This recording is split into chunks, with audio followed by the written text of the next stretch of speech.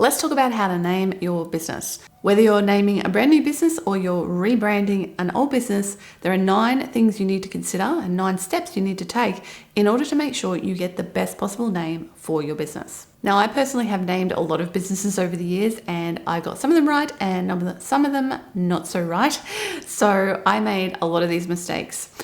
Now, sometimes you can break these rules, but it's best to try to follow them in the first place and then think about if you have such an awesome name that breaks some of these rules that it's worth it anyway. Now, the very first thing you need to do is before you go through these 9 steps is to brainstorm.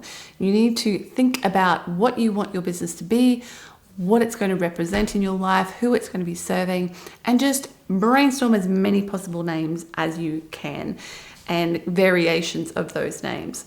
When I named my last business, I did this. I was like playing around, putting different endings on things, switching words around, and just trying to work out what would work best. Once you've done the brainstorming stage and you have a couple of strong contenders, then it's time to work these steps. Step number 1, don't pick something too specific or too boring.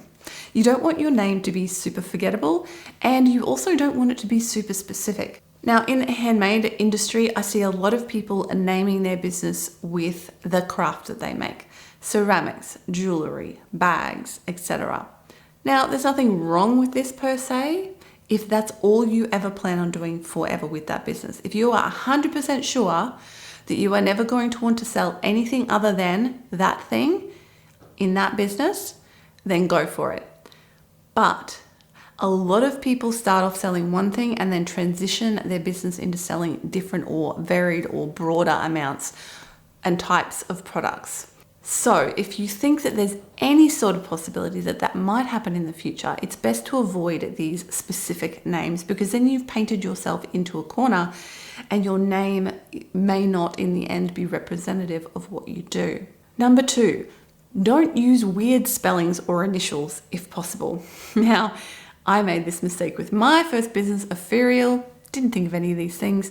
It's actually a made-up word. So it sounds like the word ethereal, but it's not. It's ethereal. So it's PH and then there's double L on the end. So it's a completely made-up word, which is great in some ways in that it was really easy to do some of the future things in this list I'm about to tell you.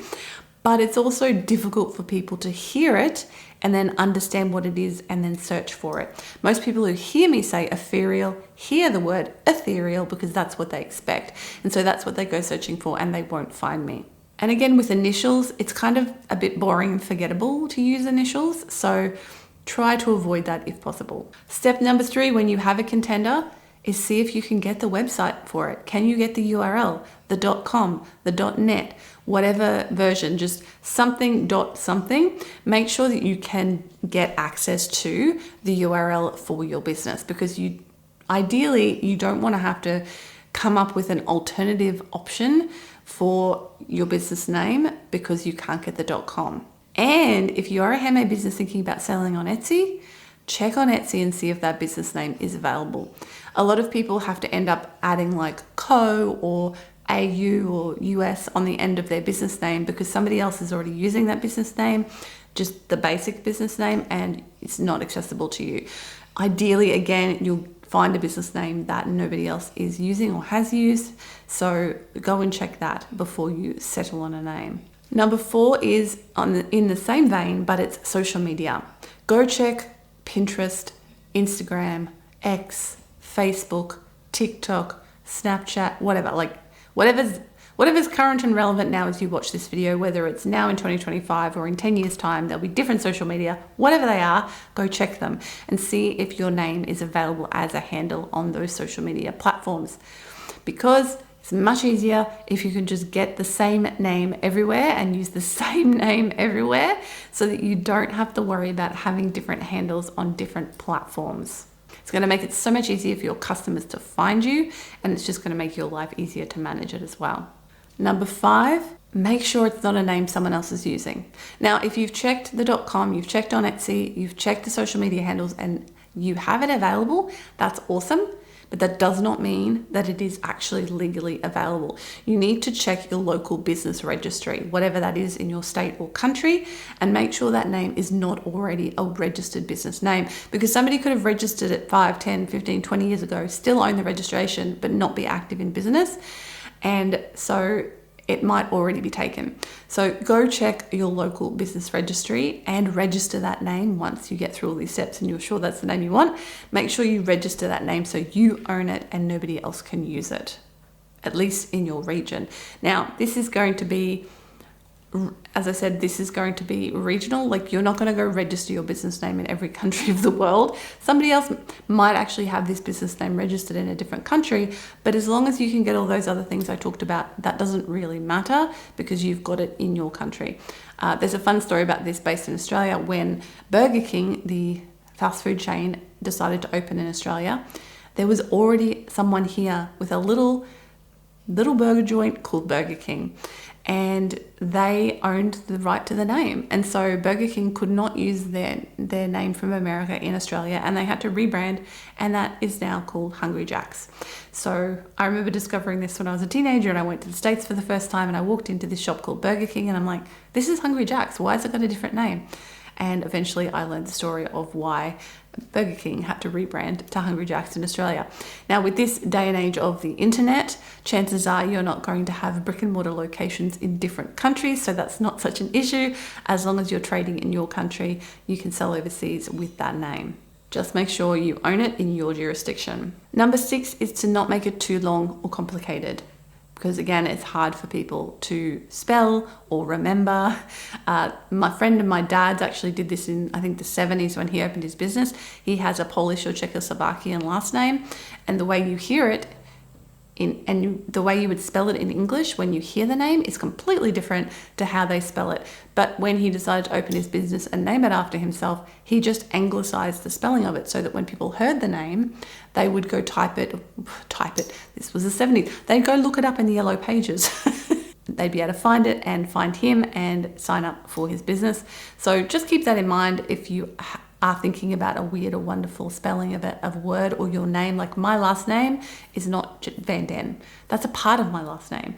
My full last name is much longer than that, but I decided to drop the long part because I wanted my name to be shorter and snappier to remember in business. So Jess Van Den is very short, snappy and memorable. My full last name is not so much.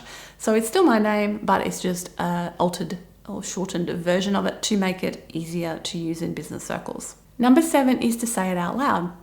Have you actually said your business name out loud, like you're introducing it to other people, saying, oh, this is my business, blah, blah, blah. Make sure to say it out loud and see how it feels and how it sounds.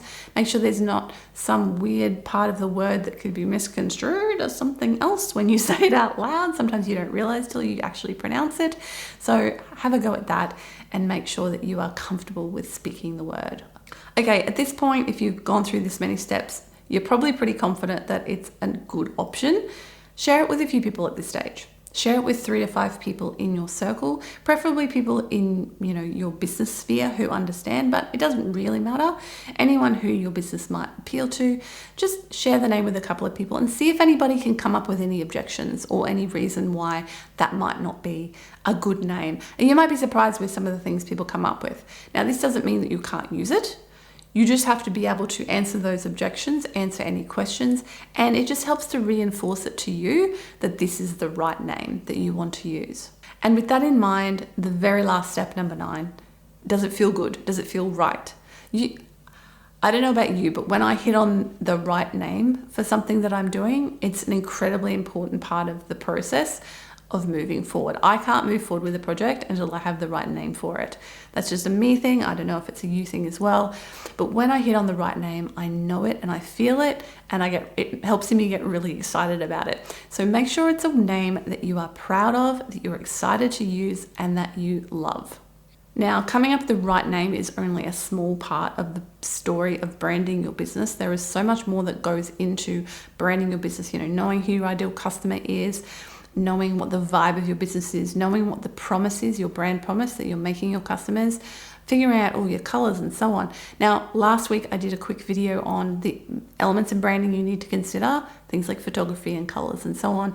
I'll leave a link to that here at the end of this video. But if you want to learn more about branding and how to create a really amazing brand that attracts your ideal customer, join us for our month of branding in the Thriver Circle in April 2025. If you're watching this later, the course will still be available. So it's a detailed course about how to brand your business better, and that is available over at thrivercircle.com. I would love to see you there. We're going to be doing some lives throughout the course, live Q&As, where you can ask me questions and dig deeper into branding. So go check that out now. And as I said, here's that video that I did about the basics of branding last week. If you haven't already seen it, check that one out now. Thanks for watching, and I'll see you next time. Bye for now.